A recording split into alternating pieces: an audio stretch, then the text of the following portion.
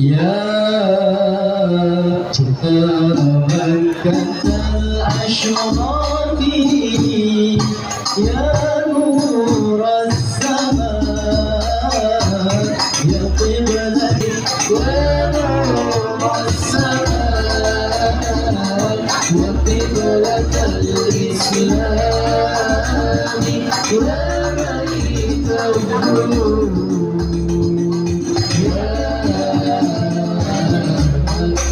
الأشراف يا نور السماء يا قبلة الإسلام يا بيت القلوب والعدلة الأولى لنا بأرضنا خير النبي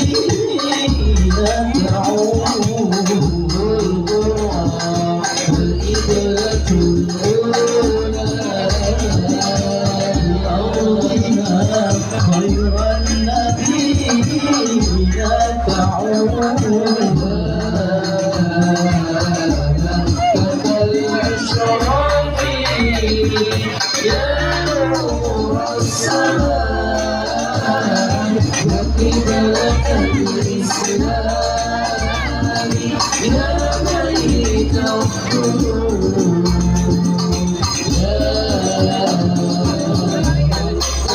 الأشراف يا نور السماء يا قبلة الإسلام يا بيت القلوب في ليالي الأوليات نبلاء الجاهليات في ليالي الأوليات نبلاء الجاهليات ظلمنا من الهلال في السماوات العليا خير الرسول جاء خير البرية المنادي للأنام مبشرا وطلعنا البدر له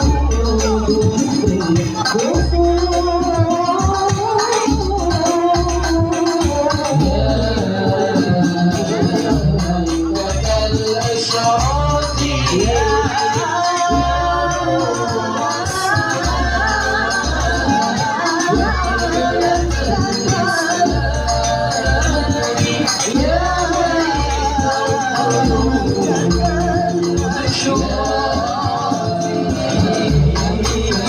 الأشراف يا نور السماء يا قبلة الإسلام يا بيت القلوب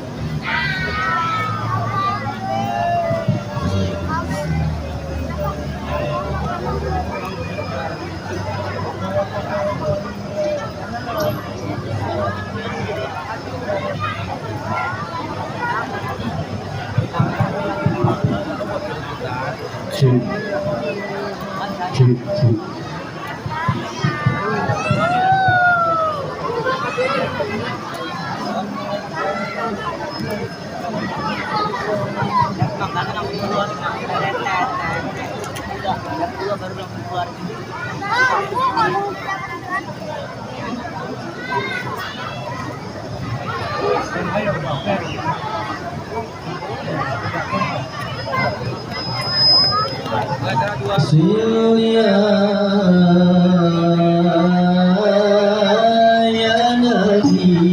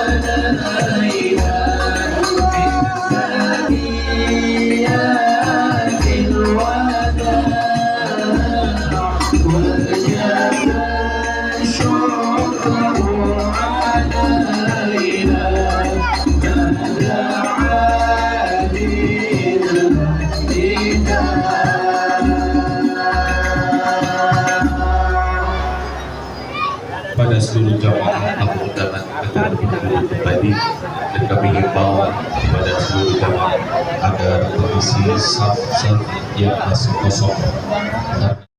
Minal Maula biwasitatir Rasuli da'a da'iyal inayati fastajabtum wa badartum ilal fadlil jazili. Assalamualaikum warahmatullahi wabarakatuh.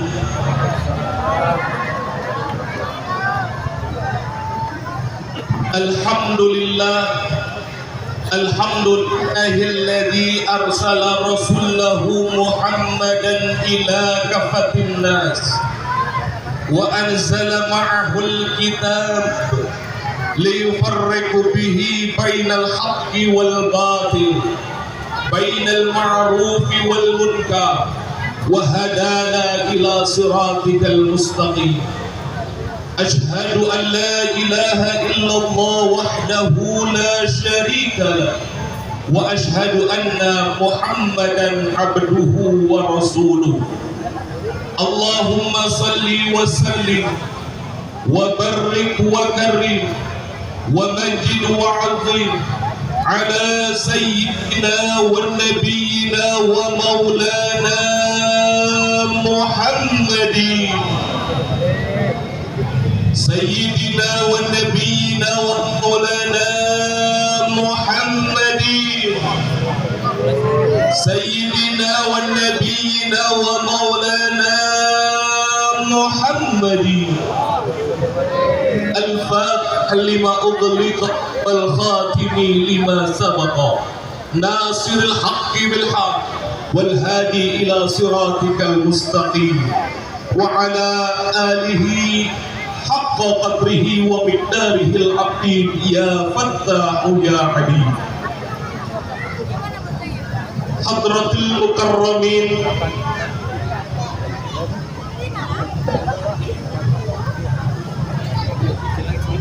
guru tercinta kita, penceramah pada malam hari ini, alhamdulillah sudah berada di tengah-tengah kita. Pimpinan Pondok Pesantren Darul Rahman Jakarta, Al-Mukarram Dr. Kiai Haji Muhammad Faiz LCMA. Mudah-mudahan beliau senantiasa diberikan sehat walafiat serta diberikan panjang umur dalam taat kepada Allah. Amin ya rabbal alamin. Hadratul Mukarramin BKM Masjid Nurul Huda, Bapak Ustadz Fauzi Abdillah SPDI, Al-Mukarram,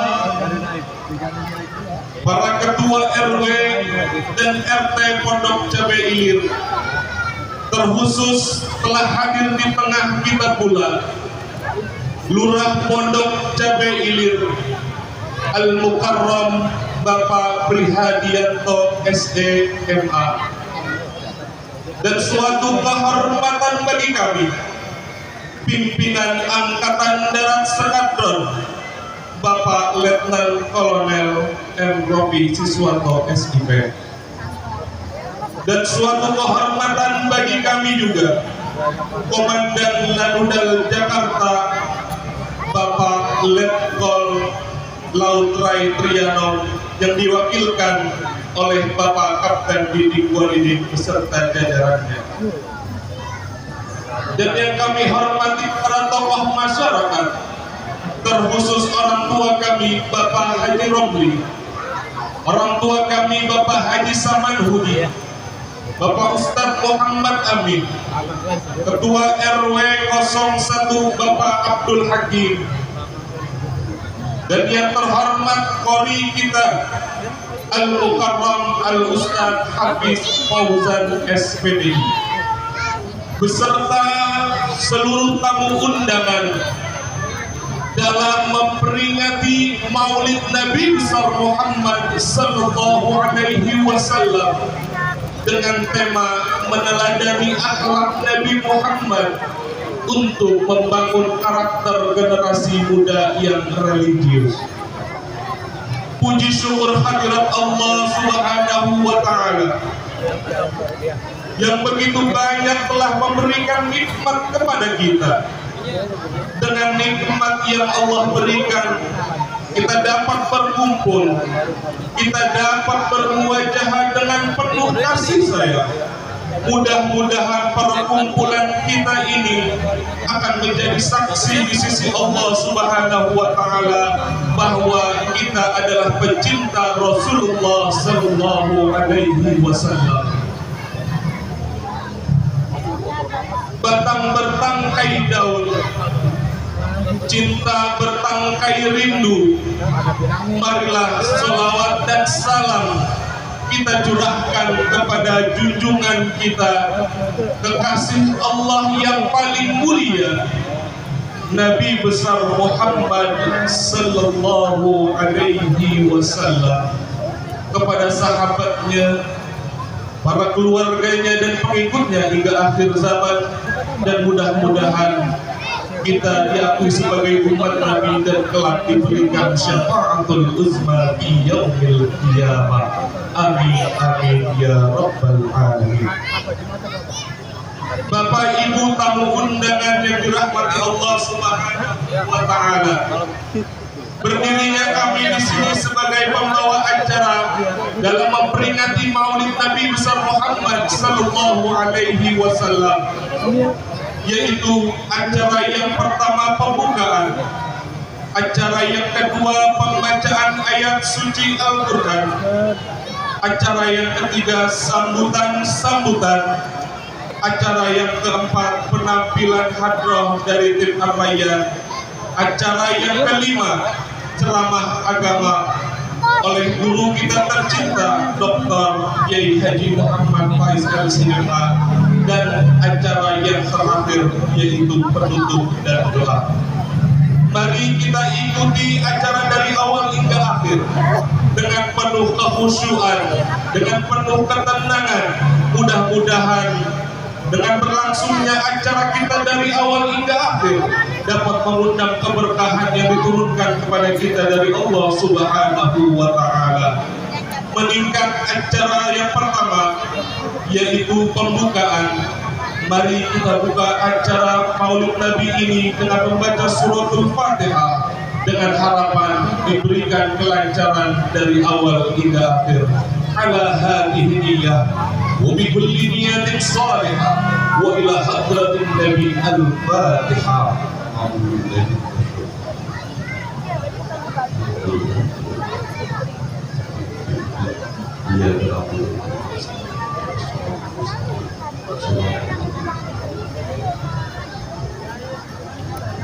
Amin amin ya rabbal alamin. Meningkat acara yang kedua yaitu pembacaan ayat suci Al-Quran. Kami himbau kepada seluruh jamaah agar mendengarkan firman-firman Allah yang insya Allah akan dibacakan oleh Al-Ustaz Hafiz Fauzan SPDI. Tempat dan waktu kami persilakan.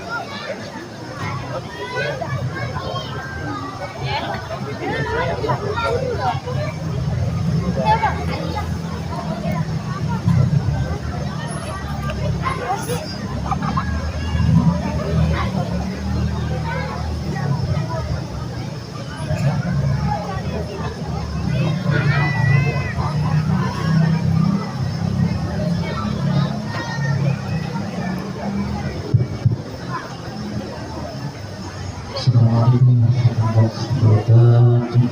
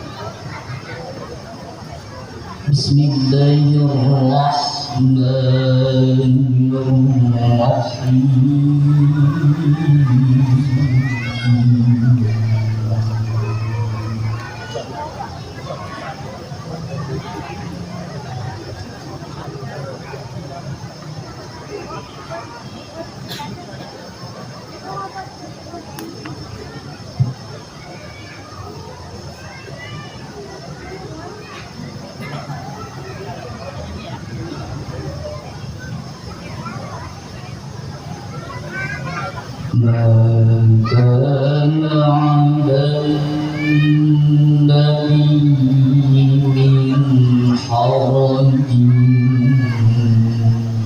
فيما فرض الله له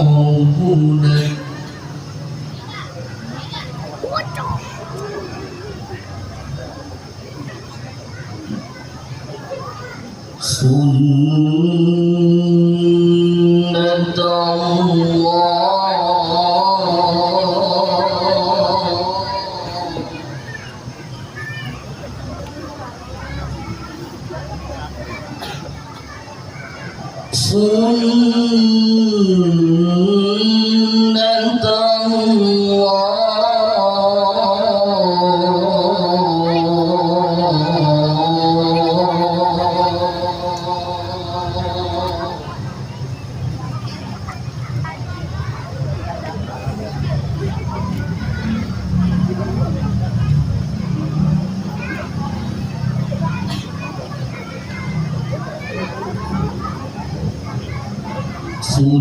سنة الله في الذين خلوا من قبل وكان أمر الله قدرا مقدورا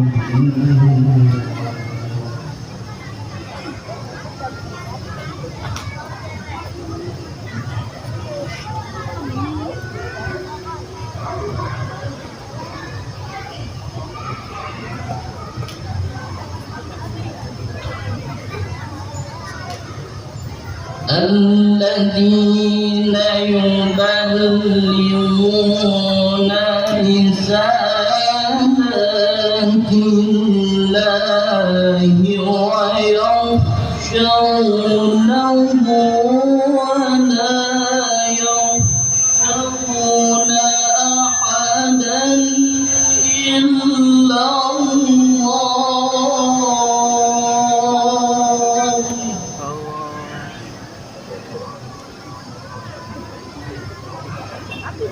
وكفى بالله حسيبا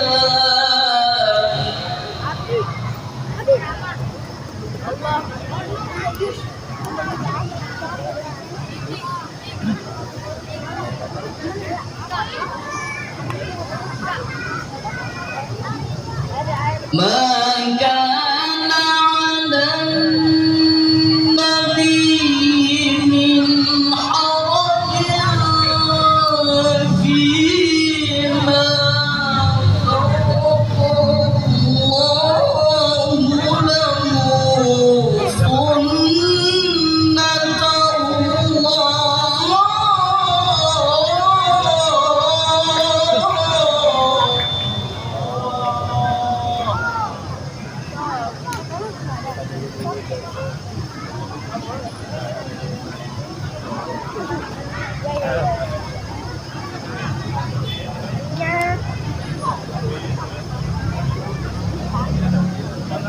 Sunnatullahi fil ladzina khalu min qablu wa kana amrullahi qadaran maqdura.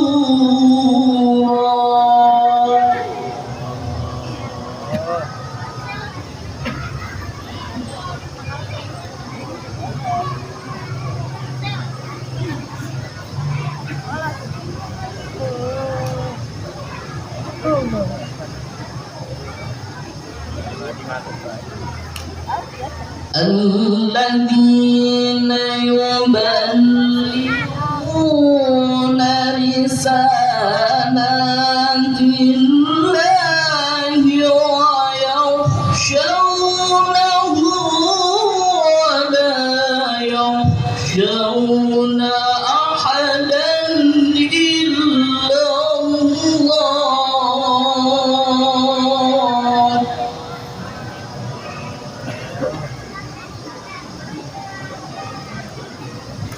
وكفى بالله حسيبا.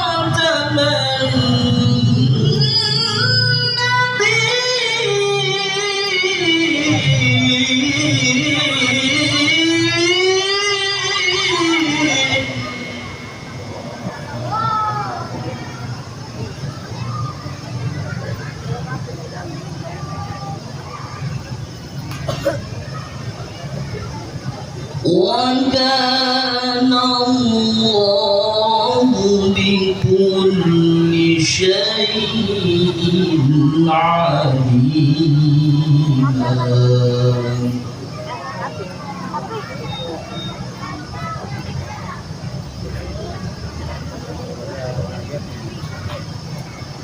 يا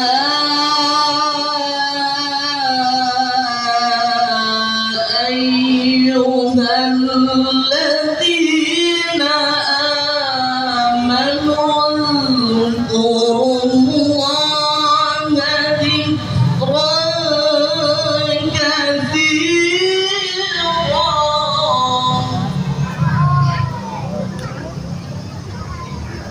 اذكروا الله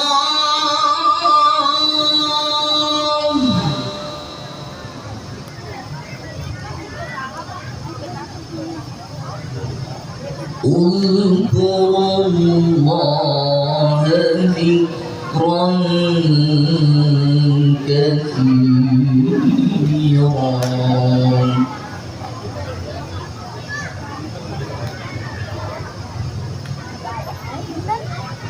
وسبحوه بكرة وأصيلا. وسبحوه بكرة وأصيلا. هو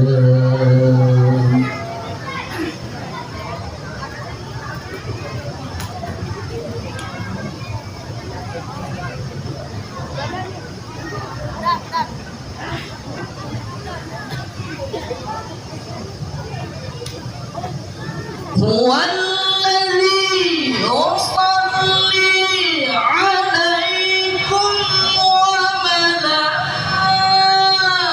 وملائكته ليخرجكم من الظلمات إلى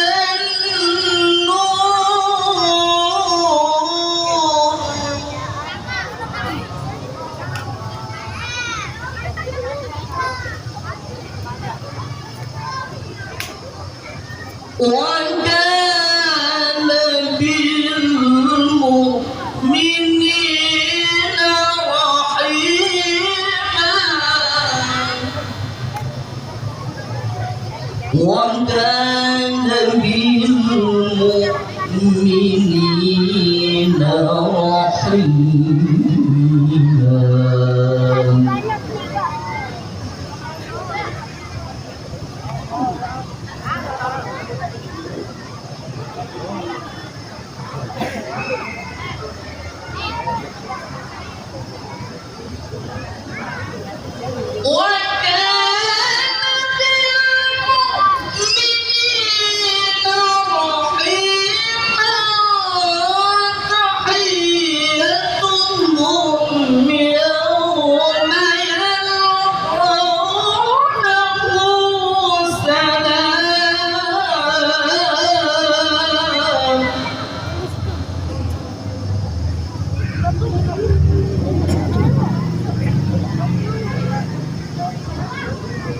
وأعد لهم أجرا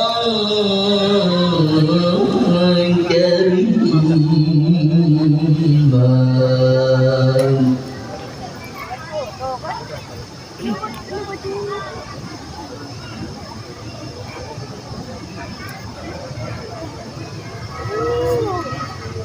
يا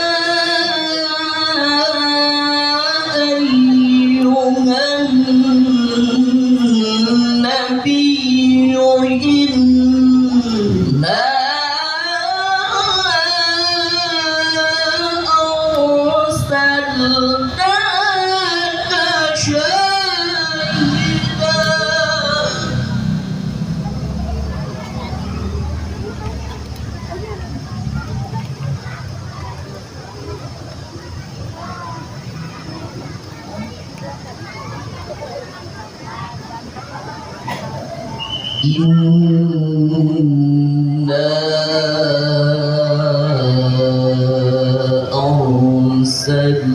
أرسلناك شاهدا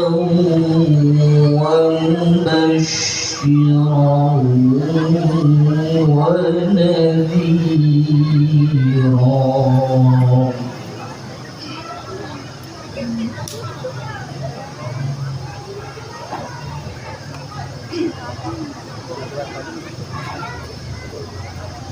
وداعيا إلى الله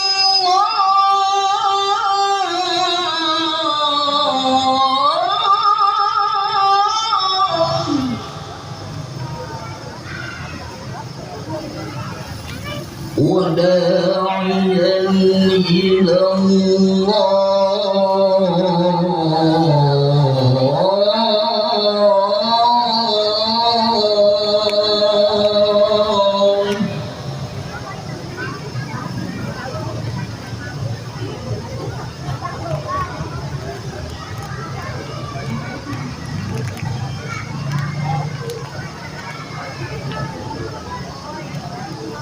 وداعيا إلى الله بإذنه وسراجا منيرا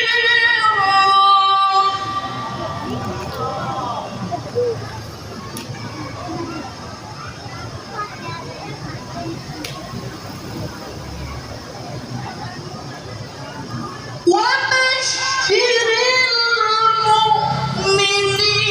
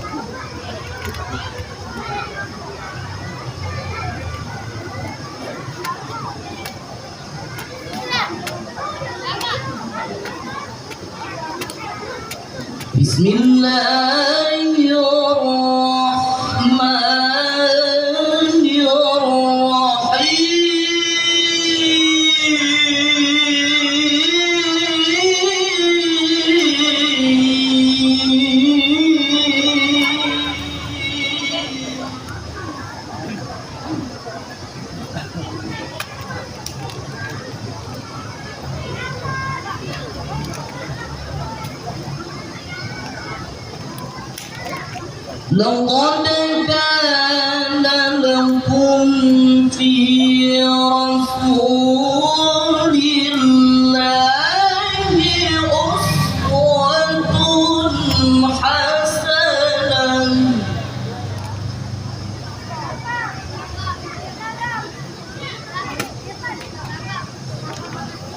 أسوة حسنة لمن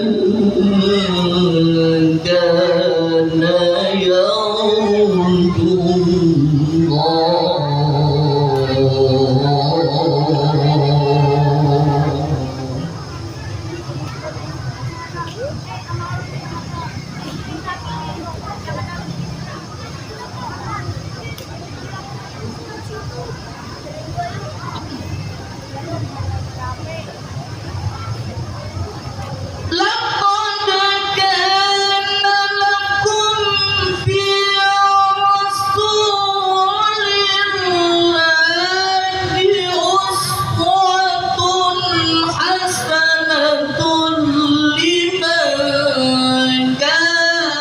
يرجو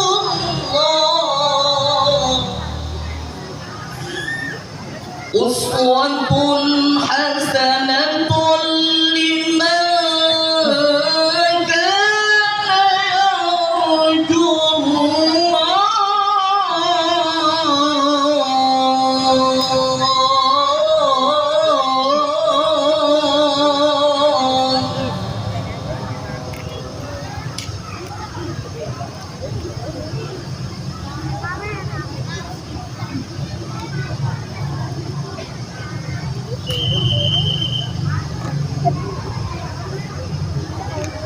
لمن كان يرجو الله واليوم الآخر وذكر الله كثيرا.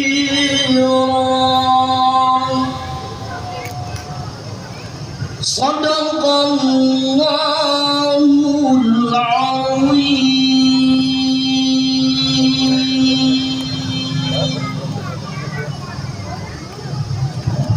Assalamualaikum warahmatullahi wabarakatuh.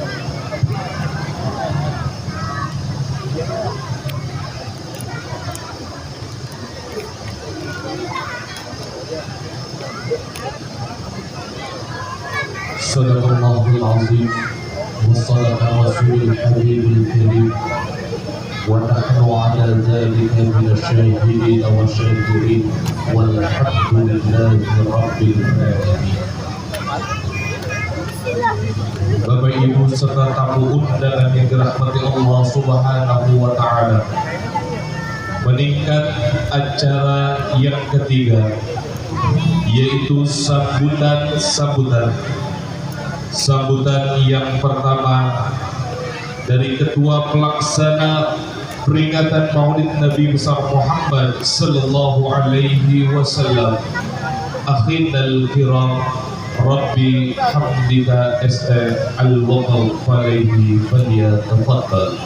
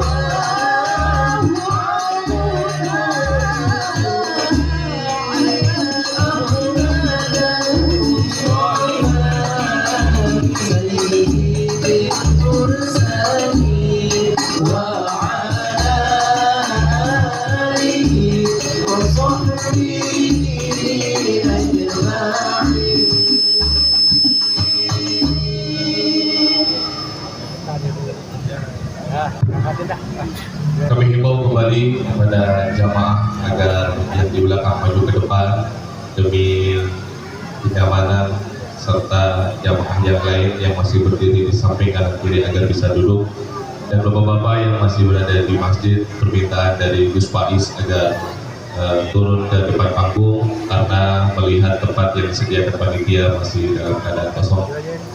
Panitia agar diberikan arahan kepada seluruh jamaah sebelum Gus Faiz menyampaikan ceramah agamanya.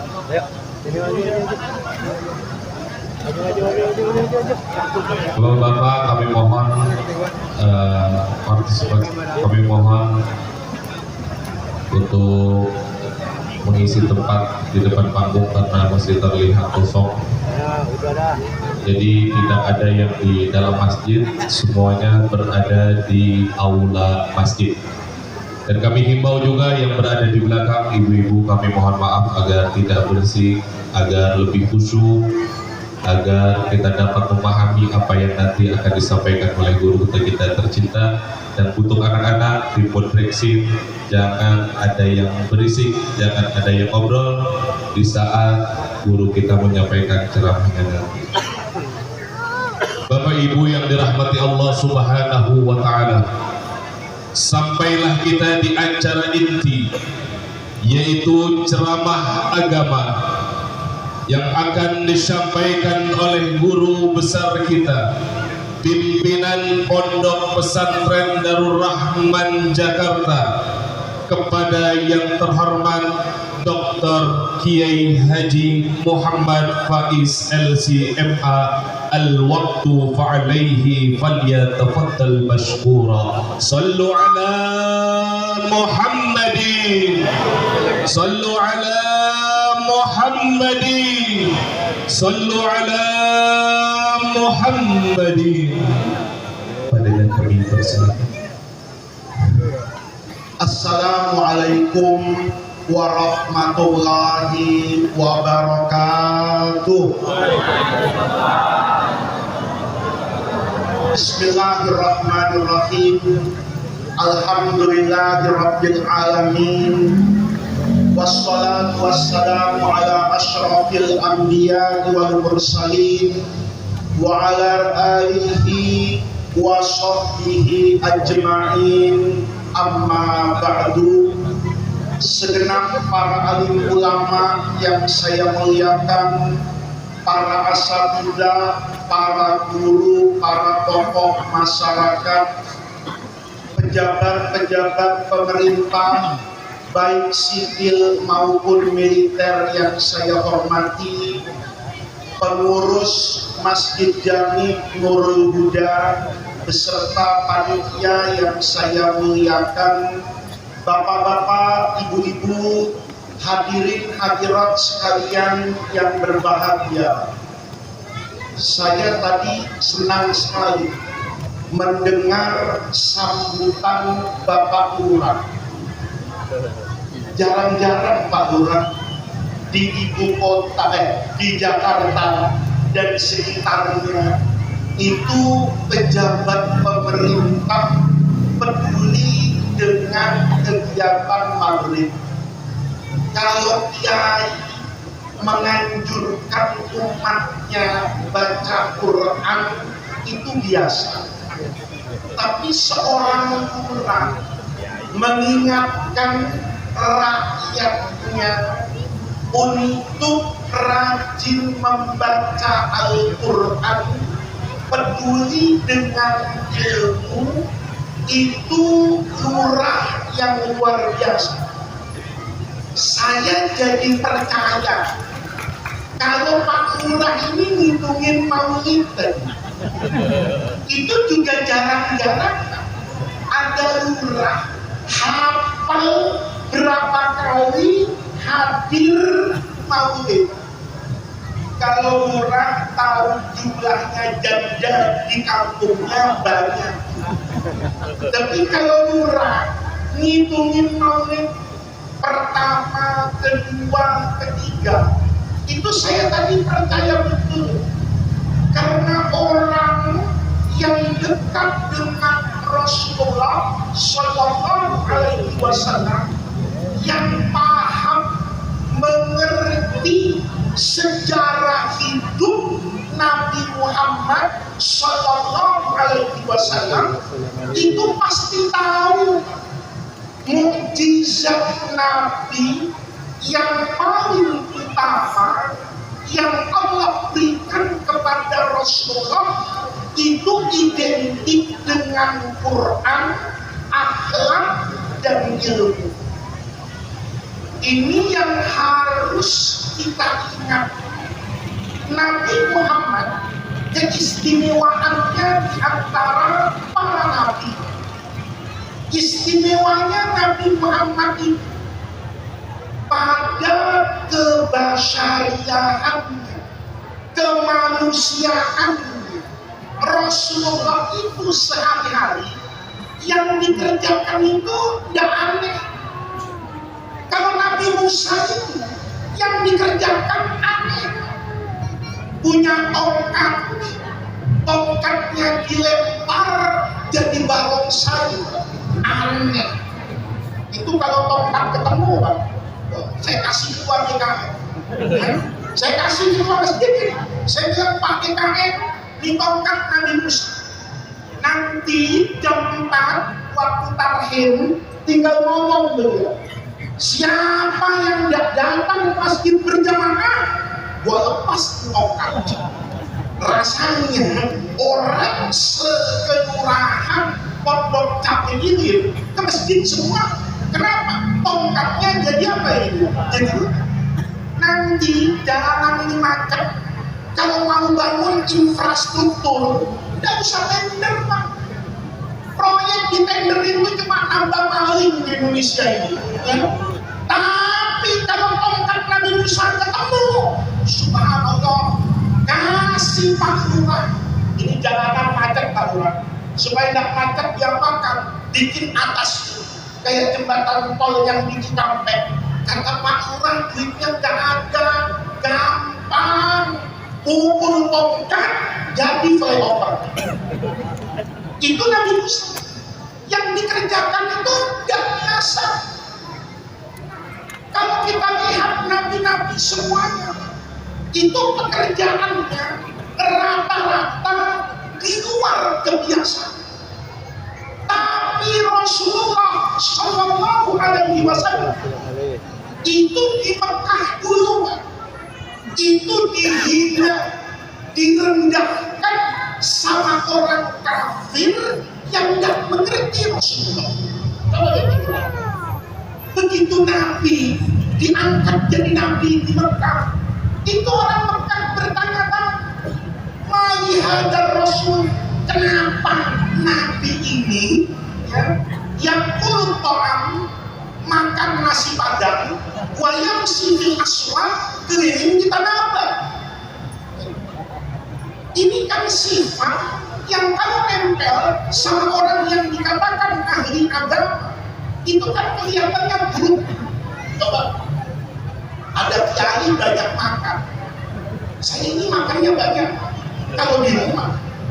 Kalau di acara makannya sedikit. Kenapa? Jaga image.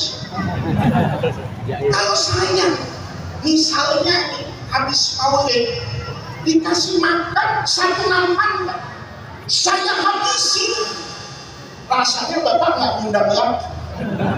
Kata Bapak, ini kira-kira amat ya, 2 nampan, 1 nampan berempat, kiai makannya banyak bener, senapan sendirian. Tidak ada Pak, ada imam masjid, polri, kiai mau dibilang makannya banyak. Rasulullah makan itu biasa aja. Nabi ya jalan di pasar. Nabi nanti menjadi manusia yang hebat, tetap tidak lepas dari kemanusiaan, karena nanti mukjizat Rasulullah itu mukjizat pertama kekal abadi, yang kedua mukjizat ini hanya bisa dipahami menggunakan sesuatu yang paling agung yang Allah berikan kepada kita, namanya akal dan hati. Beda dengan mukjizat nabi-nabi yang lain. Nabi-nabi yang lain mukjizatnya kayak Nabi Musa itu memang hebat, tapi hebatnya nggak lama. Saya kasih contoh, mukjizat Nabi siapapun itu dulu hebat, sekarang belum tentu hebat. Dulu mendatangkan maslahat, sekarang belum tentu mendatangkan maslahat. Ayo contoh, Bapak tahu Nabi Ibrahim? Bapak tahu Nabi Ibrahim? Apa mukjizat? Enggak mempan dibakar. Api itu diciptakan oleh Allah. Yang pertama panas, yang kedua membakar. Itu semua api. Nabi Ibrahim untuk menunjukkan kenabiannya, saya ini orang hebat, saya ini orang istimewa, saya berbeda dengan Anda, kata Nabi Ibrahim, karena saya tidak mempan dibakar. Nabi Ibrahim itu tidak mempan dibakar, tapi tidak mempan dibakar itu istimewa dulu. Sekarang belum tentu. Saya berharap ceramah depan anak SD mau Idul Adha, saya diundang ke SD. Saya pikir bapaknya yang mau dengerin ceramah saya, ternyata anak-anak semua. Warna anak-anak itu ceramah, namanya anak-anak, apalagi generasi Samsung dan iPhone. Tidak nih, ya. Kalau kita kan generasi kolonial, Pak. Generasi kita itu generasi Samina Wahatop. Generasi ini didikan Oppo, Vivo, Telkomsel, XL, Xiaomi, Xiaomi, ya kan? Ini Pak, generasi Samina. Wah, pikir-pikir. Pikirannya itu kritis, tidak bisa. Ayo, kita ini generasi yang kalau guru ngomong percaya. Dulu kalau di kampung saya ada kiai tidak Jumatan, itu dikatakan Jumatannya ke Mekah. Rasanya Pak RW juga begitu. Ya, dulu kalau ada kiai, kiai ini kalau kiai hebat, itu Jumatan tidak pernah kelihatan. Kita muridnya nanya, guru kenapa tidak pernah kelihatan Jumatan? Itu orang tua kita pasti ngangkat jari telunjuk. Jangan ngomongin guru, beda makom. Kita beda makomnya, ada yang bisa kita percaya, ya. Tapi hari ini ada yang tidak bisa kita percaya. Makom orang itu memang beda-beda. Coba ambil air, yang jelas. Bah, orang itu memang makomnya beda-beda. Contoh, Kangen Water. Ini harganya berapa? Hah? Berapa? 2.000. 2.000 itu kalau dipegang pedagang. Bapak nih kalau jualan, saya datang pagi, berapa Kangen Waternya ini? 2.000. Atau orang jualan di pinggir jalan kan, panas-panas, dia ngider asongan, air. Saya tanya, berapa airnya? 2.000.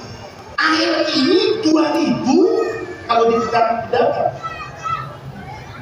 Kalau dipegang kiai sama Habib lain lagi harganya. Benernya? Makomnya memang orang tuh beda-beda.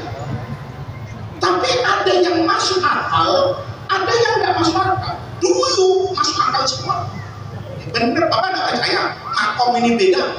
Saya punya teman Pak di Jawa Timur, ya paling, tapi tidak pernah keluar rumah. Ya cuma di pesantrennya, santrinya tidak banyak, cuma 30 orang, tapi gratis semua. Ya hidupnya di situ aja. Saya itu tak mikir waktu ini kiai, tidak pernah undangan, dia tidak punya toko, kira-kira duitnya dari mana? Ya kalau saya Pak, itikaf di rumah sebulan, insya Allah kurus. Dari mana makan? Ini tidak pernah keluar rumah. Karena saya penasaran. Satu ketika di ujung Jawa Timur itu, saya selesai ngaji jam 12 malam. Karena teman akrab, saya telepon. Entar di mana? Ya di rumah, terus mau kemana lagi saya? Saya boleh mampir rumah, silahkan. Masuk ke rumah jam 12 malam. Begitu masuk, ngobrol-ngobrol, cerita-cerita. Setelah 1 malam, itu rumahnya diketok-ketok, tok-tok-tok, dibuka, masuk 2 orang, suami istri. Cerita suaminya, Yai, saya mau minta tolong, Yai. Anak saya sakit di Surabaya, terus sudah dibawa ke Australia, di sana tidak sembuh, dibawa ke Singapura tidak sembuh. Akhirnya saya bawa pulang, mau saya bawa pulang ke kampung. Tiba-tiba anfal di bandara, maka saya bawa ke rumah sakit yang besar di Surabaya.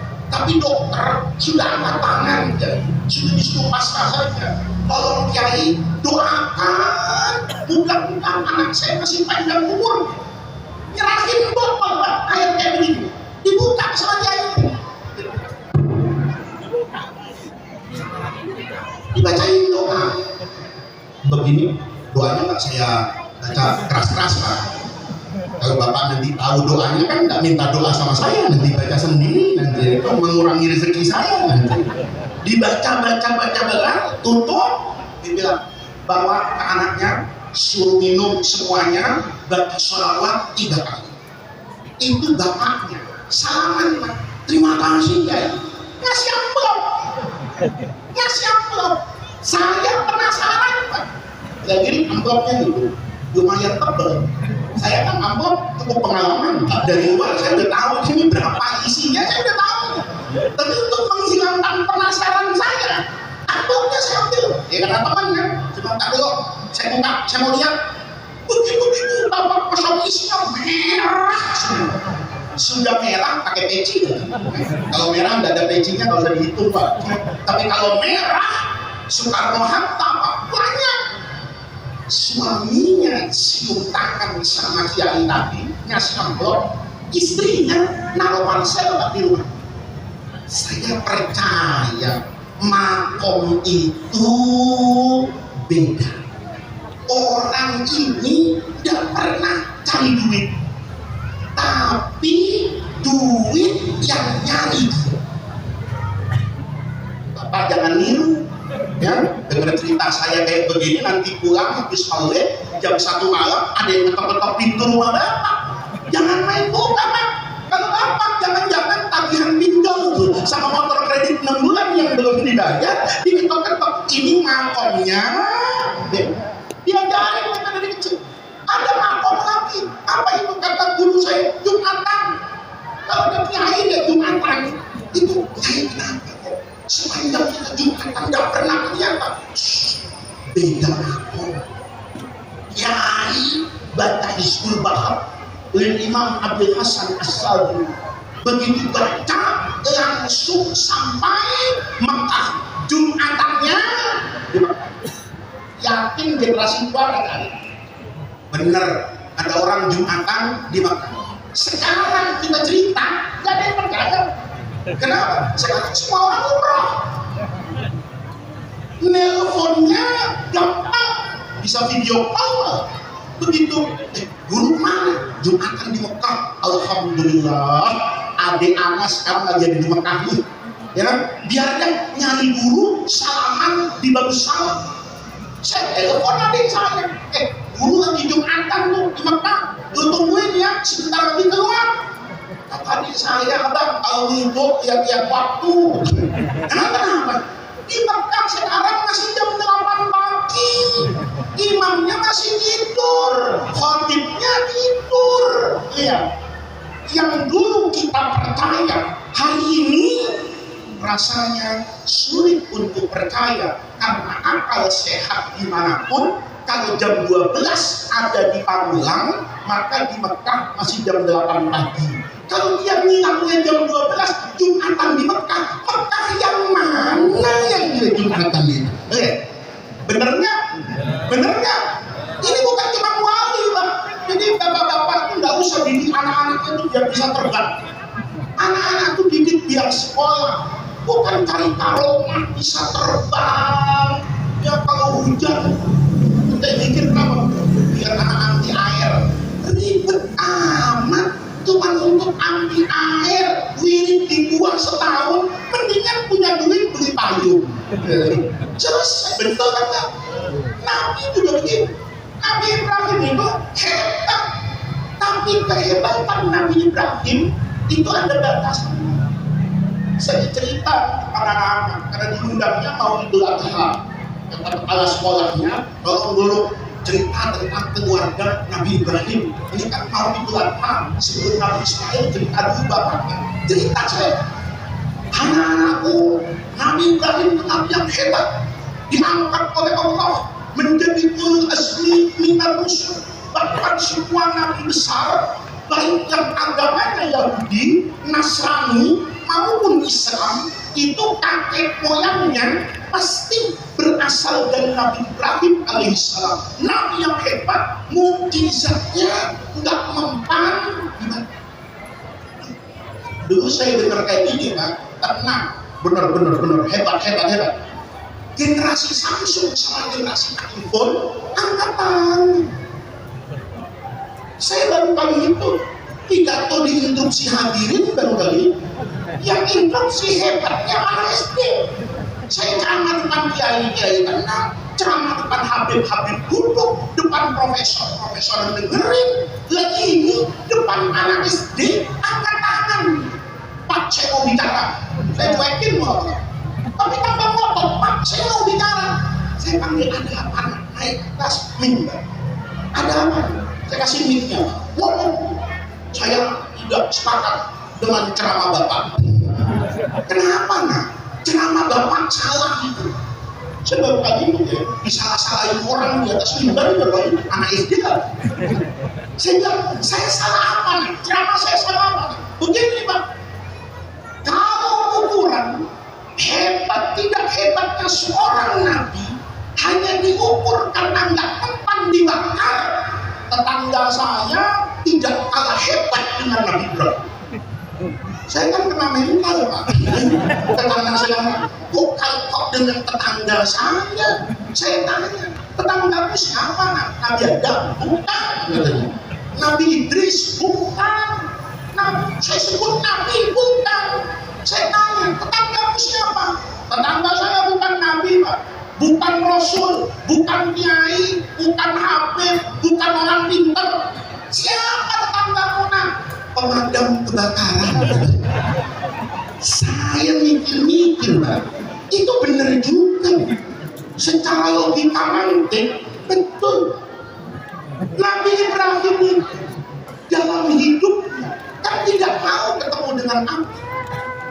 Nabi Ibrahim itu ketemu dengan api, takdir dari Allah yang mengharuskan dalam perjalanan dakwahnya. Nabi Ibrahim ketemu dengan api.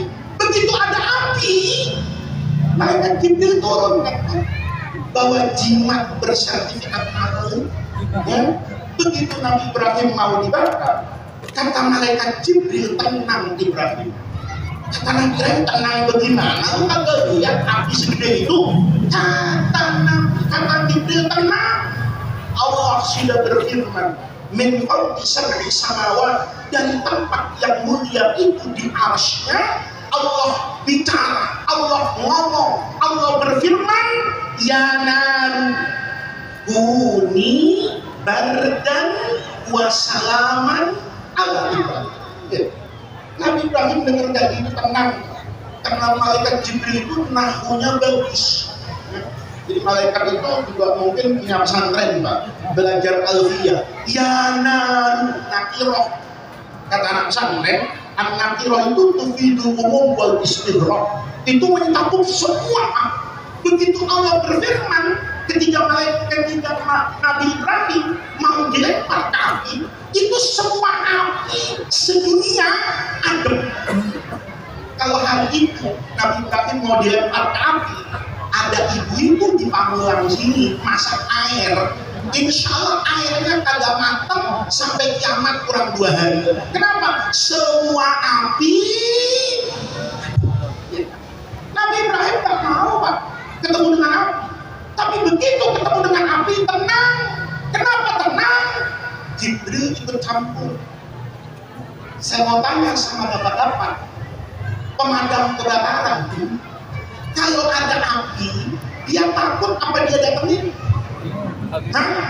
Dia takut apa dia datengin? Dia datengin Pak. Kalau di Pamulang sini, kan di sini ada pada kebakaran di bandara, ya. Nauzubillah ada kebakaran, bapak teriak ke sana, kebakaran, pemadam. Kata dinas pemadam kebakaran, lu jangan lapor sama gua takut sama api. Itu pemadam kebakaran kayak gitu, laporin Pak ke Pak Lurah biar dimutasi jadi dinas penguburan. Kenapa? Semua pemadam kebakaran pasti berani bertemu dengan apa ini? Beraninya pakai WhatsApp mangga Jibril enggak? Nanya enggak ada pemadam kebakaran Jibril? Itu ayat masih berlaku apa udah expired? Itu yang naru kuni berdan wasalaman itu masih berlaku apa enggak? Enggak ada pemadam kebakaran nanya itu.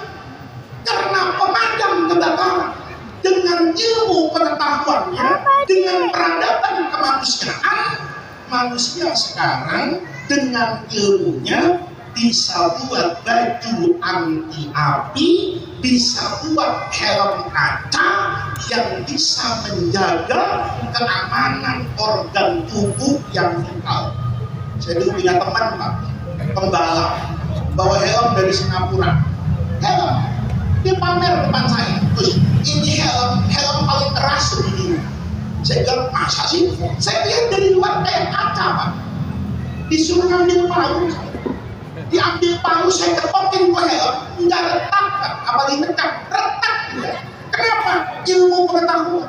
Nabi Ibrahim yang mukjizatnya nggak mempan dulu mengagumkan buat orang, ternyata hari ini ngelihat orang tidak terbakar itu bukan sesuatu yang aneh, itu juga bisa direkayasa dengan ilmu pengetahuan. Satu.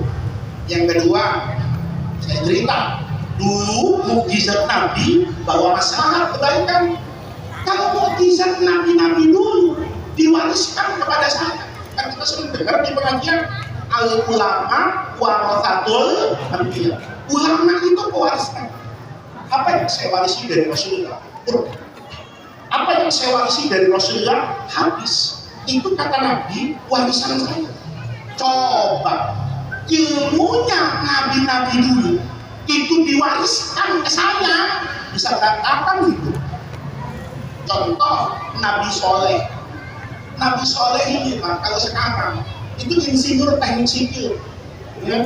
Nabi Soleh itu pintar gambar, lukis. Hebatnya kalau lukisannya dipegang jadi nyata. Coba kalau ilmu itu saya wariskan, kacau dunia. Ada yang jomblo tidak punya istri, terus saya lirik ibu-ibu di belakang, saya masih jomblo nih, ya, atau saya duda, ya, atau di belakang saya janda, ya, saya belum punya calon suami nih, terus dia saya kepengen lah punya suami, nggak usah saya lirik laki perempuan Pak, tinggal bawa kertas, ada krayon, pensil, kanvas, cat air, spidol, saya gambar aja. Bapak pengen bininya yang casing 74 dulu apa tahun 2024, ya kan? Bapak maunya istrinya ini casingnya Nokia 3310 apa iPhone Pro Max 16 yang mau keluar ini Pak. Kata Bapak, saya pengen istri saya model tahun 2025 kalau bisa. Saya gambar Pak. Begitu saya gambar, saya tanya, cocok nggak ini? ini hidupnya terlalu mancung Pak, ini bukan mancung, ini petruk ini, ya kan, kepanjangan, gampang, tim F. Begitu sudah disetujui, Bapak kepengen istrinya kayak begini, sepakat, saya pegang, jadi itu. Enak Pak? Enak kan? Ada enaknya sih. Lebaran kagak ada macet, karena nggak ada orang pulang ke mertua. Emang semua orang nggak punya mertua? Kenapa? Bininya keluar dari kertas. Bapak bisa bayangin, seandainya ada di dunia ini orang nggak punya orang tua, kira-kira gimana cara nasehatinnya? Kita ketemu sama orang, senakal-nakalnya orang, kalau yang ngomong bapak sama ibunya, kupingnya masih mau denger. Tapi kalau di dunia ini ada orang yang ada bapaknya, nggak ada ibunya, kira-kira kayak bagaimana dari aspek kejiwaan? Kalau saya bawa ke ranah ekonomi, Nabi Soleh bukan semua udah gampang. Ini Bapak habis maulid tinggal saya tanya, lapar nggak? Lapar nggak? Lapar pasti belum makan kan, maulid dari maghrib kan? Makanya maulidnya nggak boleh lama-lama. Katanya maulid kalau dari maghrib itu selesainya sebelum jam 10 Pak. Kalau lewat jam 10 katanya bintang. Bapak-bapak, kalau saya tanya, Bapak mau makan enggak? Mau. Panitia nggak usah bingung kalau saya punya ilmunya Nabi Soleh. Tinggal saya tanya sama Bapak mau makan apa? Saya kepengen sate madura Pak. Nggak usah panitia pusing mikir proposal. Tinggal bawa kertas sama saya lukis gerobaknya tukang satenya, ada orang Maduranya, ada kecapnya, ada satenya, ada panggangannya, ada aremnya, saya pegang, jadi Bapak senang enggak? Bapak senang. Saya disantet sama tukang sate Nusantara. Kenapa? Mereka ngimpas-ngimpas di pinggir bandara, nggak ada yang beli. Kenapa? Semua orang kalau mau makan sate datang sama kiai, murah meriah, cuman modal kertas sama bolpen, dilukis, dipegang, jadi. Ayo Pak, coba mukjizatnya Nabi Isa. Di Quran Nabi Isa itu disebut Al-Masih. Al-Masih itu musab, karena tangannya Nabi Isa itu tangan yang penuh dengan keberkahan. Semua orang kalau sakit diusap sembuh. Itu kalau ilmunya Nabi Isa diwarisin ke saya Pak. Mulai besok rumah sakit tutup, apotek bangkrut. Ibu-ibu gak usah cari skincare ribet, datang sama saya, mukanya saya usap pakai ilmunya Nabi Isa, cantik, glowing, bersinar. Tapi hidup berantakan. Besok dokter semuanya wah, bangkrut itu. Kenapa? Tidak ada orang sakit. Coba lihat. Itu mukjizat semua nabi sebelum Rasulullah Shallallahu Alaihi Wasallam. Tapi lihat Rasulullah, mukjizatnya itu istimewa. Nabi itu dijadikan sama Allah 99% sejarah hidup Nabi itu orang biasa. Coba, Bapak lihat. Nabi tidur. Nabi haus. Bulan Ramadan Nabi safar. Nabi nggak puasa. Ya. Jadi kiai itu nggak sulit-sulit banget. Cuma sekarang kita kiai kalau sombong. Ya. Ramadan, ayatnya hebat sendiri. Nabi biasa. Tetapi kita lihat nanti mukjizat Rasulullah itu selalu mengagumkan manusia. Setiap zaman kondisi sosialnya berubah-ubah, tapi Rasulullahnya akan tetap menjadi manusia yang diakui bahwa ini pasti datang dari Allah Subhanahu wa Ta'ala. Satu contoh, Nabi Muhammad itu pada puncak kenabian bahkan dijadikan sifat Rasulullah ketika kita membaca sholawat itu diantaranya buta huruf. Bapak pernah dengar kan? Allahumma sholli ala hadzal nabiyil ummi. Nabi Muhammad itu diantara sifat yang paling sering disebut itu diantaranya sifat Nabi yang ummi. Umi itu buta huruf. Umi itu buta huruf, tidak bisa baca, tidak bisa tulis. Itu Quran yang bilang, wa ma kunta tatlu min qablihi min kitabin wa la taqutuhu bi yaminika. Engkau Muhammad, Allah jadikan tidak pernah baca buku apa-apa, tidak pernah sekolah, tidak pernah nulis. Ini hebat. Karena kalau Nabi pernah sekolah, yang hebat kepala sekolah. Kata orang keren juga ya, sekolah di SMP itu di Magelang. Kenapa? Lo tahu nggak? SMP 1 Pondok Cabe Ilir, alumninya jadi Nabi. Saya nggak tahu tuh sombongnya kiai Pondok Cabe Ilir itu kayak apa. Lo jangan sembarangan sama gua. Lo tahu nggak murid gua siapa? Nabi itu murid gua. Terus nanti setiap Syawal Rasulullah sowan ke rumah saya. Mau mana Nabi? Sowan sama guru. Rasanya saya jalan kadang inget anak apa? Kenapa? Sombong betul. Ibunya, bapaknya dimanfaatkan semua supaya tidak ada orang mengatakan hebat betul ya Sayyidina Abdullah, kok bisa mendidik anak jadi Nabi. Bapak kalau punya anak hebat kan bapak ikut hebat. Ibu kalau punya anak hebat kan ibu jadi hebat. Ibu kalau punya suami hebat ikut hebat. Coba ibu suaminya polisi, kadang-kadang mobil polisi dia pakai arisan pak, ya, diparkirin sembarangan lagi. Itu kenapa berani? Suaminya hebat, maka dia itu hebat. Rasulullah dibuat sama Allah. Nabi itu tidak baca, tidak nulis, tetapi manusia satu ini tidak baca, tidak sekolah, lahir di tengah-tengah dekadensi moral yang disebut bangsa jahiliyah. Itu sampai hari ini begitu banyak orang yang tidak suka dengan Rasulullah, mencari titik lemahnya Nabi nggak ketemu. Yang ada ajaran Rasulullah itu bisa dipahami oleh setiap orang dengan tingkat pendidikan yang berbeda dan zaman yang berbeda. Ini menarik. Saya punya teman polisi Pak, reserse, pamer sama saya ilmu. Ini polisi yang pintar Pak, dokter dia di Barreskrim. Datang ke saya, cerita, ya ini kami ini sekarang polisi maju, percaya kata saya.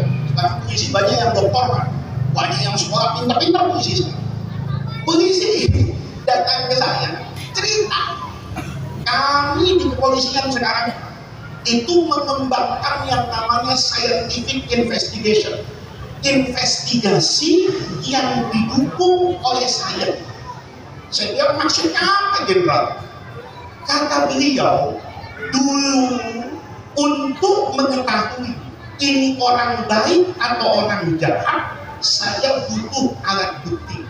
Kalau dia pencuri, apa yang dia curi? Rumah siapa yang dia curi? Jam berapa? Mana alat buktinya? Gelar perkaranya menunjang atau tidak? Itu apa? Begitu. Kalau sekarang Pak, wah sekarang kami bisa melakukan investigasi, petunjuk awal. Ini orang salah atau tidak salah? Itu pakai sains. Saya nggak ngerti Pak. Saya tanya ke polisi, sains apa? Ilmu apa Pak? Polisinya cerita. Kami di kantor, saya jaga kantornya, punya alat mendeteksi kebohongan atau kejujuran. Saya waktu tidak lihat mesinnya, saya kaget juga. Oh keren kalau polisi ada kayak begini. Ya mudah-mudahan nggak akan datang ada mesin yang bisa mendeteksi mana yang ikhlas, mana yang riya. Ya, semua kiai yang bapak undang ke mesin ini suruh masuk dulu ke mesin ini. Ini kiai ceramah ikhlas apa karena apa? Bisa ketahuan itu. Bahaya itu kalau mesin kayak mari masuk. Kiai sebelum ceramah maulid semua orang memang harus masuk ke sini kiai. Ya, untuk apa? Deteksi hati. Masuk kiai ditulis amplop. Kalau hilang tuh ya. Saya pikir mesinnya itu begitu. begitu kita masuk jujur, begitu kita masuk maling, begitu kita masuk misalnya koruptor. Ternyata jadi saya ketika itu diajarin sama polisi bilang bukan begitu ya mesinnya. Bagaimana Pak? Kami ini sekarang kalau meriksa orang itu suka lama. Nih bapak-bapak kalau nggak punya ilmu jangan suka marah sama polisi. Itu suka marah sama polisi kan? Itu cuma ditanya 4 soal aja 5 jam. Ini pasti polisi mau cari duit. Belum tentu Pak, jangan suka sudon. Ya, polisi yang nggak baik ada. Polisi yang nggak benar ada. Kalau kawan samboy, ya, itu kan polisi nggak benar Pak. Tapi polisi yang baik. Kalau soal nakal nggak nakal sama Pak. Polisi nakal ada, jenderal nakal ada, menteri nakal ada, presiden nakal ada, kiai nakal ada, habib nakal ada. Namanya oknum pasti ada. Polisi ini cerita. Kami sekarang Pak, kalau meriksa orang itu memang suka lama. Saya tanya, kok bisa begitu jenderal? Iya. Kalau ada orang kami curigai memiliki rekam jejak atau tuduhan terhadap satu kejahatan, kami panggil kantor. Terus begitu datang, orang ini Pak dibuat enak, dikasih kopi kenangan, ya kan? Dikasih kopi kenangan dengan Starling, ya kan? Kalau Starling kan dipegang gelasnya, penyok Pak, kan gitu. Dikasih kopi yang enak. Dikasih roti bakar, ditanya, Bapak sehat? Alhamdulillah sehat. Ayo Pak, kita kopi sama-sama. Polisinya ketawa-ketawa. Kopi Pak ini roti bakar paling enak Pak sepolda itu jadi. Cerita orang ini pikirannya roti, kopi susu, polisi baik. Wah, ini polisi baik nih. Makan dia, minum dia, ketawa-ketawa. Pas ketawa-ketawa, polisinya ngomong, maaf Pak ya, SOP kami, orang kalau sudah setengah jam di kantor kami, itu harus kami periksa dulu kesehatannya. Dia layak nggak untuk terus diperiksa? Oh silakan, diperiksa nadinya, ya tensi darahnya, EKG jantungnya, ada CCTV, ekspresi mukanya dibaca oleh psikolog. Karena lagi makan roti, polisinya juga baik. Ada yang ngijetin pundak, oh Bapak, pundaknya ini hebat. Kemarin di olahraga Pak, senang kan Pak? Begitu diperiksa, normal semua. Begitu diperiksa, polisinya yang ngomong, Masya Allah Bapak ini orang sehat ya. Usia sudah mau 60 tahun, tapi tensinya 120 sama 80. Ini sehat Pak, nadinya, rekam jantungnya bagus. Senang Bapak? Nah, dikasih nasi goreng diajak main catur. 6. Setelah 2 jam, polisi yang satu masuk. Maaf Pak, kami boleh bertanya Pak? Ya, Bapak sudah lama jadi wali kota. Bapak sudah lama jadi bupati. Bapak kepala dinas sana sudah lama Pak. Memang ada apa Pak polisi? Ada laporan Pak. Jembatan itu besinya mestinya besi 16 Pak. Kenapa yang dipasang besi 9 Pak? Itu nasi bungkus di pon itu Pak. Satu bungkus itu 50.000 Pak. Kenapa yang dibagikan ke atlet itu cuma nasi, telur ceplok, sama kangkung? Ini nggak bener Pak. Bener kayak gitu. Mukanya belum bangga. Pak, itu berbasis tender terbuka. Begini, dia ngomong dulu Pak. Ngomong itu nih. Tapi kenyataannya atlet kan yang sakit perut Pak. Ya kan? Bapak yang bertanggung jawab, itu bisnya nggak datang-datang Pak. Atletnya sudah panas, mau bertanding, bisnya nggak datang-datang. Boleh panik Pak. Ngomong lagi polisinya, maaf Pak, Bapak ternyata sudah 3 jam di sini. Terus SOP kami, kalau sudah 3 jam Pak, Bapak harus diperiksa lagi. Diperiksa Pak. Ya, selesai diperiksa, polisinya nanya sama Bapak, Bapak ada merasa tidak nyaman? Kenapa? Tekanan darahnya kok 180 Pak sekarang. Lihat nih, kok nadinya Pak cepat betul ya. Muka Bapak juga kata pakar ekspresi ini menggambarkan kecemasan. Bapak jangan takut, ini Pak rotinya terusin. Ayo kopinya tambahin Pak. itu orang udah gak enak Pak, gak usah. Yang ada di pikiran dia, gue pulang, apa itikaf di penjara Pak? Ya kan? Di situ semua fisiologi tubuhnya langsung negatif. Di situ bilang, kalau udah begitu Kiai, saya yakin orang ini bersalah. Kenapa? Karena kalau dia tidak bersalah, ekspresinya tidak berubah, kepanikannya tidak bertambah, kecemasannya tidak ada. Begitu polisi ngomong kayak gitu, saya bilang, ini mau kasih tahu gitu doang, kata saya. Kalau begitu doang, gue juga tahu. Polisi gimana kayak tahu? Dia tahu dari di pesantren, gue tahu. Tahu di mana? Nabi Muhammad yang ngajarin ilmu begini. Kata polisi, masa iya Nabi Muhammad pernah jadi baris masa iya Nabi Muhammad belajar ilmu tentang reserse, masa iya kan banyak pertanyaan. Saya bilang ilmu bapak nih sederhana. Saya dulu masuk pesantren ngaji Riyadhus Shalihin itu masih kelas 1, guru saya udah ngajarin. Apa kata Rasulullah? Fa inna fil jasadi mudghatan, di dalam tubuh manusia itu ada mudghah, ada segumpal daging. Idza saluhat, kalau daging ini bagus maka semua tubuhnya bagus. Kalau daging ini tidak bagus maka seluruh tubuhnya tidak bagus. Kalau ini namanya hati. Dulu Pak, kita ke pesantren ngajinya, kalau orang hatinya baik, omongannya baik, segitu doang. Kalau ibu-ibu rajin ngaji di masjid, panas-panas, tahu-tahu hujan turun mendadak, suaranya pasti ngomong, Subhanallah, kok bisa Allah yang maha hebat ini panas, nggak ada mendung, hujan.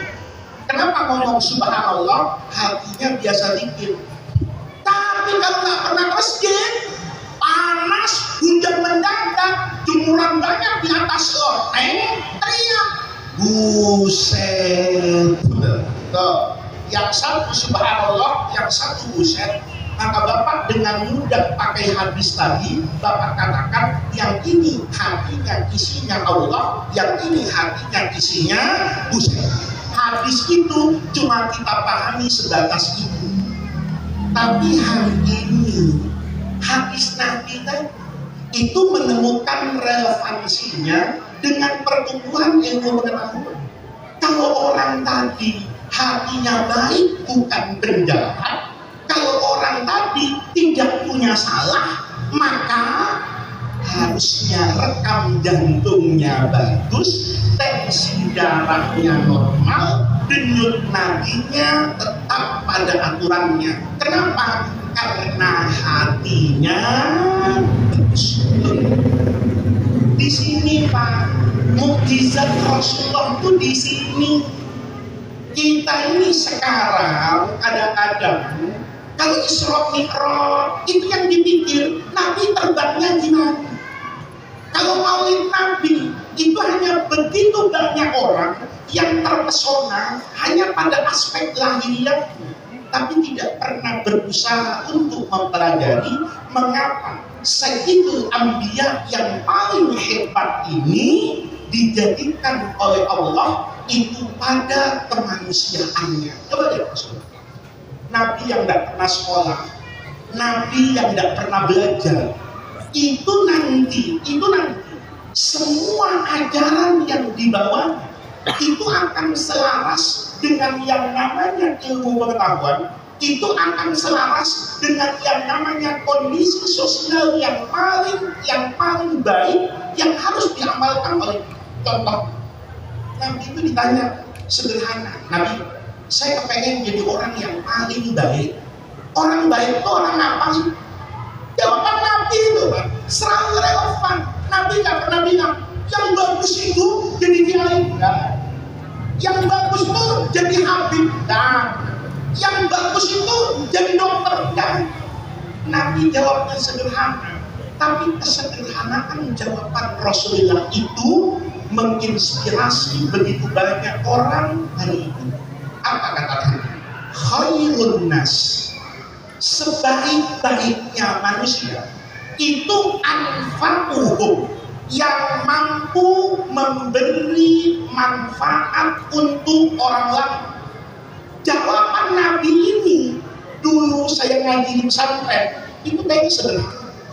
Pesan orang tua ngaji yang penting punya ilmu, nanti bisa ngajar bermanfaat buat masyarakat. Saya baru tahu bahwa memberi manfaat pada orang lain dan menjadi manusia yang bermanfaat itu nilainya luar biasa. Nih bapak-bapak udah handphone semua, coba buka Al-Muharram TikTok ya. TikTok sekarang ini Pak, bukan TikTok itu menginspirasi. Nanti bapak pulang ke rumah buka, ada namanya kitabisa.com. Itu sederhana, setiap ketemu orang susah difoto, divideoin, nanti foto dan videonya itu diupload ke TikTok. Begitu diupload di TikTok, maka dia bersuara, iya, ini anak yatim piatu yang dipaksa untuk dewasa sebelum waktunya.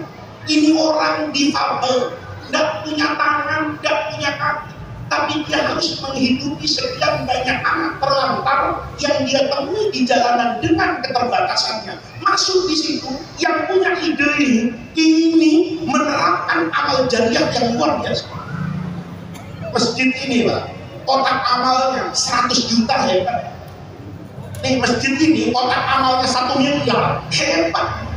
Di kita bisa itu ratusan miliar, kalau tidak triliunan, itu terkumpul untuk membantu semua orang yang membutuhkan bantuan. Itu tidak dibuat oleh sarjana IT yang hebat, itu tidak dibuat oleh seorang kiai yang sangat alim dalam ilmu agama, itu tidak dibuat oleh pejabat pemerintah yang punya jabatan tinggi, tapi dibuat oleh manusia yang meresapi sabda Nabi bahwa yang paling utama dalam hidup saya, bagaimana saya bisa mendatangkan manfaat untuk orang lain. Bermula dari handphone, bermula dari TikTok. Kalau orang TikTok itu cuma dipakai yang aneh-aneh, dia pakai bukan untuk itu, untuk melihat dan menjembatani antara yang fakir miskin dengan yang kaya, antara yang cacat dengan yang sakit, antara yang sakit dengan yang sehat. Dia jadikan itu hadis Nabi sebagai satu inspirasi. Kamu boleh jadi kiai, kamu boleh jadi pejabat, kamu boleh jadi orang kaya, kamu boleh jadi dokter, tapi untuk apa? Kalau semuanya itu tidak mendatangkan manfaat kepada orang lain, tapi Rasulullah menginspirasi.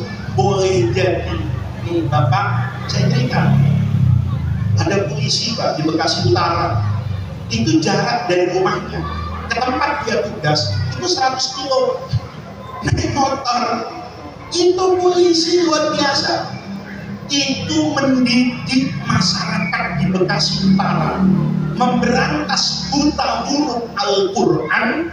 Karena polisi itu bukan memikirkan pangkat saya apa, tugas saya apa, tapi yang dia pikirkan, saya harus menjadi manusia yang bermanfaat. Mukjizat Nabi yang mengatakan hadis sederhana, khairun nas anfa'uhum linnas, itu bisa menginspirasi begitu banyak orang untuk menjadi manusia yang bermanfaat pada kemanusiaan. Maka malam hari ini yang terakhir, kita merayakan Maulid Nabi, itu bukan sekedar maulid seremonial.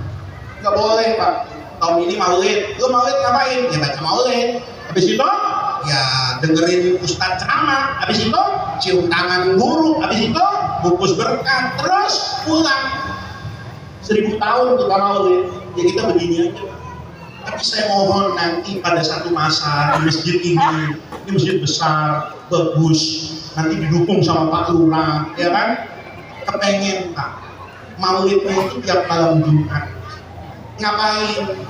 Kalau di sini biasa baca Barzanji, malam Jumat tuh ngaji Barzanji, bukan dibaca, tapi diartikan, dimaknai.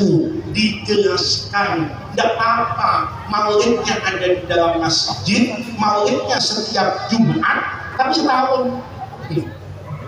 Kira-kira Rasulullah senengan maulid sekali gede-gedean apa tiap minggu Rasulullah maulidnya? Tiap minggu. Pokoknya mau malam Jumat mau malam Minggu datengin guru.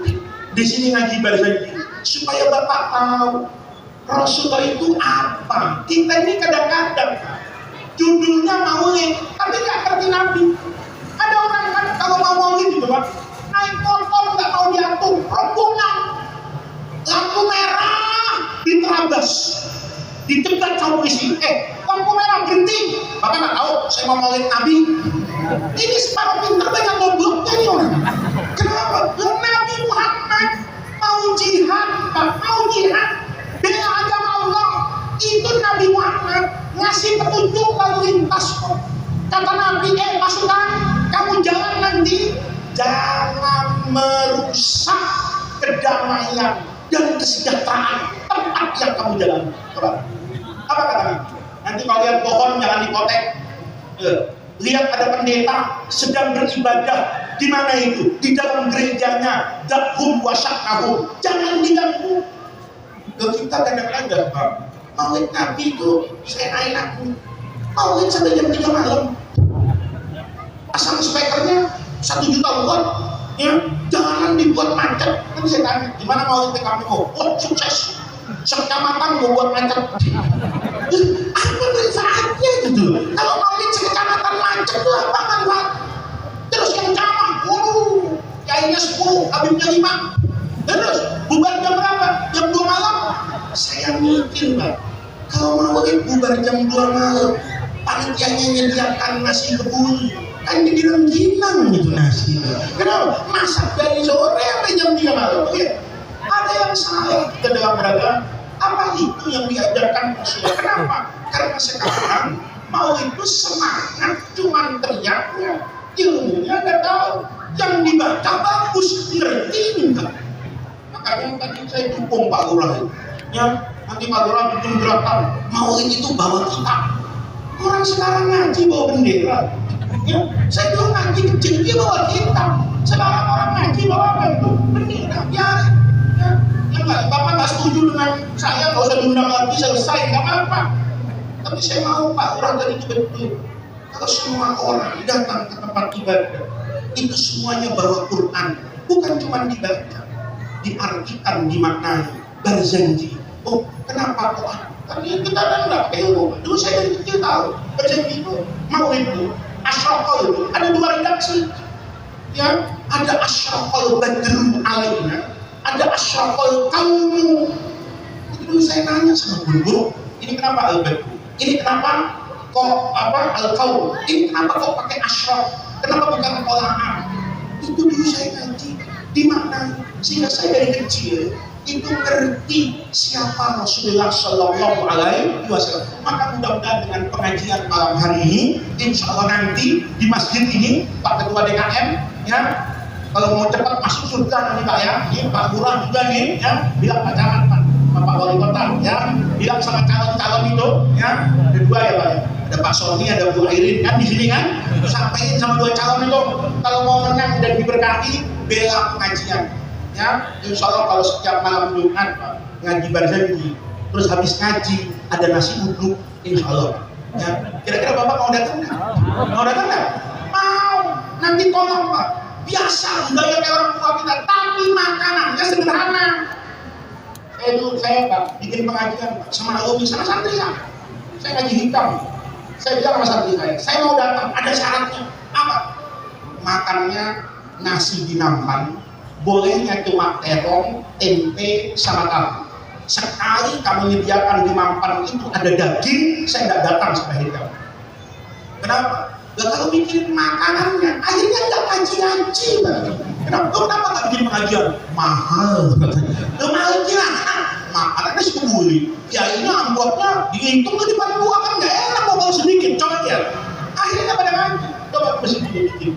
Ya, DKM cuma kewajibannya beli nampan sebanyak-banyaknya. Nampannya 100. Begitu malam Jumat bagi setiap rumah. bikin aturan, ini cuma boleh nasi putih, bawang goreng, semur tahu, sama semur tempe, kuahnya banyakin, ya kan? Loh iya Pak, kuahnya banyakin, boleh ada dagingnya 2 kilo, buat yang masak aja di rumah, ya, kari-karinya dapat, yang dihidangkan tahu, tempe, sambal, kerupuk. Saya rasa Bapak satu rumah menyediakan 1 nampan mampu Pak. Kalau nggak mampu dibakar di perangkap, ya kan? Cuma timbang nasi untuk 1 makan, bawa semua masjid, insya Allah agama Rasulullah ini tetap terjaga, Rasulullah bisa hadir terus dalam benak kita, keimanan kita, kecintaan kita kepada Rasulullah itu dibangun dengan pengetahuan dan ilmu yang sebanding. Antara pengetahuan dan cinta itu nanti Pak yang akan melahirkan yang namanya iman, melahirkan yang namanya Islam yang selalu diberi cahaya oleh keisanan. Mudah-mudahan Allah jadikan jam'ana hada jam'an marhumah wa tafarruqana min ba'dihi tafarruqan maksuma. Mudah-mudahan hadirnya kita di majelis yang baik ini menjadi tawassul dan wasilah kita semua untuk mendapatkan khairat dunya wal akhirah. Rabbana atina min ladunka rahmah wa hayyi lana min amrina rasyada. Allahumma la tahrimna khaira ma indaka li syarri ma indana. Kurang lebihnya saya mohon maaf. Wallahu muwaffiq ila aqwamit thariq. Wassalamualaikum warahmatullahi wabarakatuh.